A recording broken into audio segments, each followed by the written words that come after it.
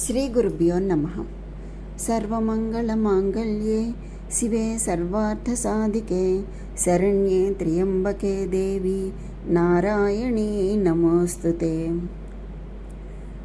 మన సనాతన సాంప్రదాయంలో నవరాత్రుల్లో 9 రోజులు దుర్గాదేవి రూపాలను పూజిస్తారు.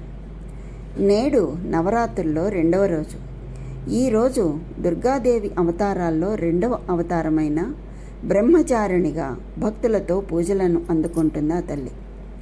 బ్రహ్మచారిణి అంటే అనంతం అని అర్థం. బ్రహ్మచారిణి జ్ఞానం, తపస్సు కలిగిన దేవతగా పరిగణించబడుతుంది. తనను ఆరాధించే మనిషికి దివ్య జ్ఞానాన్ని ఇస్తుంది. పోటీ పరీక్షల కోసం సిద్ధమవుతున్న విద్యార్థులు ఆశించిన విజయాన్ని పొందటానికి ఈ తల్లిని ప్రత్యేకంగా పూజించడానికి కారణం ఇదే. బ్రహ్మచారిణి అంటే గురువు వద్ద బ్రహ్మచర్యాశ్రమంలో తోటి విద్యార్థినులతో ఉండే అమ్మవారి అవతారం. తెల్లని చీర దాల్చి కుడి చేతిలో జపమాల, కమండలం, ఎడమ చేతిలో కలశం ధరించి ఉంటుంది బ్రహ్మచారిణీ దేవి.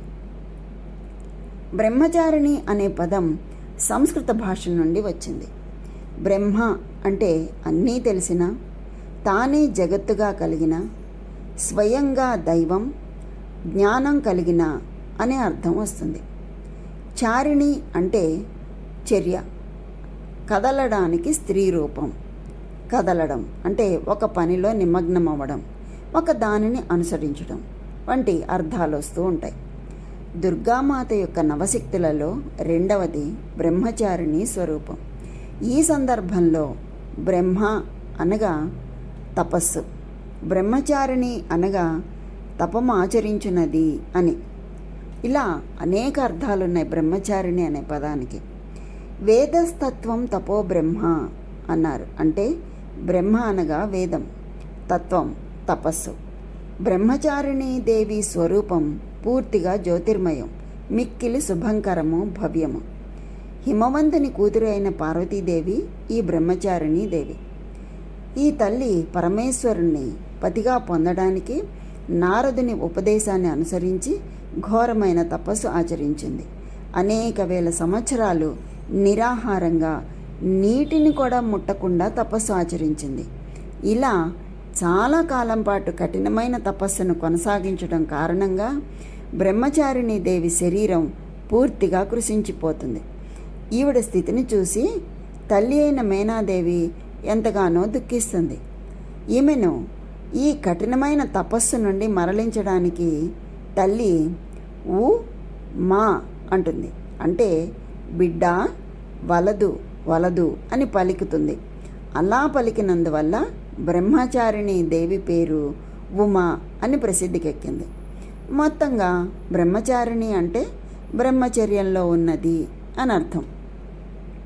బ్రహ్మచారిణి కఠినమైన తపస్సు కారణంగా ఆమెకు తపశ్చరణి లేదా బ్రహ్మచారిణి అని పేరొచ్చింది కదా. శివుణ్ణి భర్తగా పొందటం కోసం సుమారు 5,000 సంవత్సరాలకు పైగానే కఠోరమైన తపస్సు చేసింది అని చెప్తారు. బ్రహ్మచారిణి 1000 సంవత్సరాలు పండ్లు, పువ్వులు మాత్రమే తిని తపస్సు చేసింది. ఆ తర్వాత 100 సంవత్సరాలు కూరగాయలతో జీవించింది. కొన్ని రోజులు పస్తులుండి వానలు, ఎండల కారణంగా ఎంతో తీవ్రమైన ఇబ్బందులను ఎదుర్కొన్నది. 3,000 సంవత్సరాలు ఆమె విరిగిన బిల్వ ఆకులను తిని శంకరుణ్ణి పూజిస్తూనే ఉన్నది. తర్వాత ఎండిన బిల్వ ఆకులను తినడం కూడా మానేసింది. అలా ఆమె కొన్ని వేల సంవత్సరాలు నీరు, ఆహారం లేకుండా తపస్సు చేస్తూనే ఉంది. ఆకులు తినడం మానేసినందున ఆమెకు అపర్ణ అనే పేరు పెట్టారు. కఠోర తపస్సు వల్ల అమ్మవారి శరీరం పూర్తిగా కృషించిపోయింది. దేవతలు, ఋషులు, సిద్ధగణాలు అందరూ బ్రహ్మచారిణి తపస్సును అపూర్వమైన పుణ్య కార్యమని కొనియాడారు. ఆమె భక్తికి మెచ్చి, ఓ దేవి, ఇప్పటి వరకు ఎవ్వరూ ఇంత కఠోరమైన తపస్సు చేయలేదు. ఇది నీతోనే సాధ్యమైంది. మీ కోరిక నెరవేరుతుంది. మీరు చంద్రమౌళి అయిన ఆ శివుణ్ణి భర్తగా పొందుతారు అని ఆశీర్వదించారు. అలా కఠినమైన తపస్సు చేసినందుకు గాను అమ్మవారిని బ్రహ్మచారిణి అని పిలిచారు. తారకాసురుడు అనే రాక్షసుడు శివ సంతానం చేతిలో తప్ప చనిపోకుండా వరం పొందాడు. సతీదేవి వియోగంలో ఉన్న శివుడు తిరిగి వివాహం చేసుకోడని, ఆయనకు సంతానం కలిగే అవకాశం లేదు కాబట్టి ఆ రాక్షసుడు అలా వరం కోరుకున్నాడు. కానీ భవానీ పార్వతీదేవిగా జన్మెత్తి శివుని కోసం తపస్సు చేస్తోంది అని ముందే తెలిసిన దేవతలు పార్వతీదేవిపై శివుడికి ప్రేమ కలిగేలా చెయ్యమని మన్మధుణ్ణి కోరతారు. శివునిపై పూలబాణం వేసిన మన్మధుణ్ణి దగ్ధం చేస్తాడు శివుడు. నిరాశ చెందకుండా పార్వతి శివునిలాగానే ఉండేందుకు బ్రహ్మచారిణి అయి తపస్సు చేస్తూ ఉంటుంది. అలా బ్రహ్మచారిణి అవతారంలో ఘోర తపస్సు చేస్తుంది అమ్మవారు.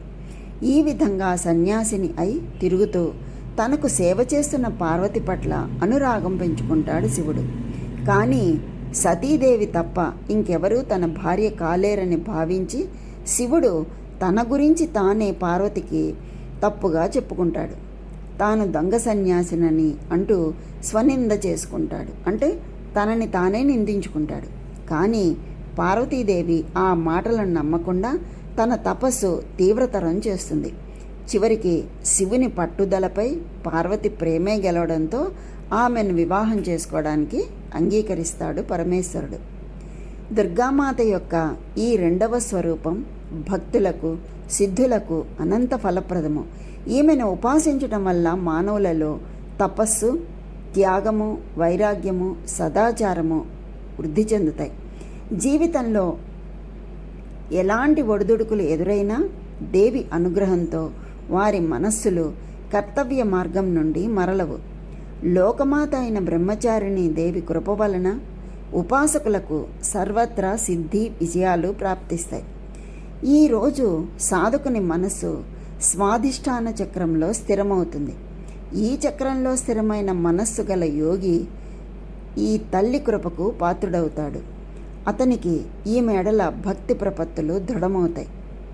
జ్యోతిషాస్త్రం ప్రకారం ఎవరైతే తమ జాతకంలో మంగళ దోషాలతో అంటే కుజదోషాలతో ఇబ్బందులు పడుతూ ఉంటారో వారందరూ బ్రహ్మచారిణి అమ్మవారిని పూజించటం వల్ల ఆ దోషం నుంచి విముక్తి పొందుతారు. అంతేకాదు మీ జన్మకుండలిలో అంగారకుడి స్థానం కూడా బలపడి మీకు ఆస్తికి సంబంధించిన రంగాల్లో విజయం చేకూరుతుంది. మీ జాతకంలో అంగారక గ్రహం బలపడటం ద్వారా భూమి, భవనం, బలం మొదలైనవి లభిస్తాయి. అందుకే ఈ పవిత్రమైన రోజున బ్రహ్మచారిణి అమ్మవారిని ఖచ్చితంగా పూజించాలి అని పండితులు చెప్తున్నారు. దధానాకర పద్మాభ్యామక్ష మాలాక మండలు దేవీ ప్రసీదతుమై బ్రహ్మచారిణ్యనుత్తమ అని ధ్యానించుకుంటారు భక్తులు. నవదుర్గల్లో రెండో అవతారమైన బ్రహ్మచారిణి దుర్గాదేవిని నవరాత్రుల్లో రెండవ రోజైన చైత్ర శుక్ల విధి నాడు పూజిస్తారు. ఈరోజు బ్రహ్మచారిణి దేవిని పూజించటం వల్ల ఆమె అనుగ్రహం లభిస్తుందని, అకాల మృత్యు భయం ఉండదని నమ్ముతారు. తల్లికి తీపి అంటే చాలా ఇష్టం కనుక అమ్మవారికి చక్కెరతో చేసిన పదార్థాలతో పాటు పులిహోర నైవేద్యంగా సమర్పిస్తారు. అమ్మవారి ఈ రూపాన్ని పూజించటం వల్ల శక్తి, త్యాగం, సంయమనం, పరిత్యాగం అభివృద్ధి చెందుతాయి అని నమ్ముతారు. తల్లి బ్రహ్మచారిణి, తపశ్చారిణి, అపర్ణ, ఉమా, కన్యాకుమారి అనే పేర్లతో పిలుచుకుంటారు. బ్రహ్మచారిణి మాత సాధకునిలో సదాచారాన్ని ప్రవేశపెడుతుంది. ఈ తల్లి నామస్మరణతో కర్మబంధాలు చెదిరిపోయి మోక్షం సంప్రాప్తిస్తుంది. శివుణ్ణి పతిగా పొందేందుకు తప్పించిపోయిన రాజకన్య ఈ బ్రహ్మచారిణి మాత. ఈ తల్లిని ఆరాధిస్తే మనస్సుకు ఏకాగ్రత కలుగుతుంది. బ్రహ్మచారిణి అమ్మవారిని పూజించటం వల్ల జ్ఞానం, ఆధ్యాత్మిక వృద్ధి లభిస్తుంది అని పెద్దలు చెప్తారు. కనుక ఆ బ్రహ్మచారిణి మాత యొక్క అనుగ్రహం అందరికీ కలగాలని కోరుకుంటూ స్వస్తి.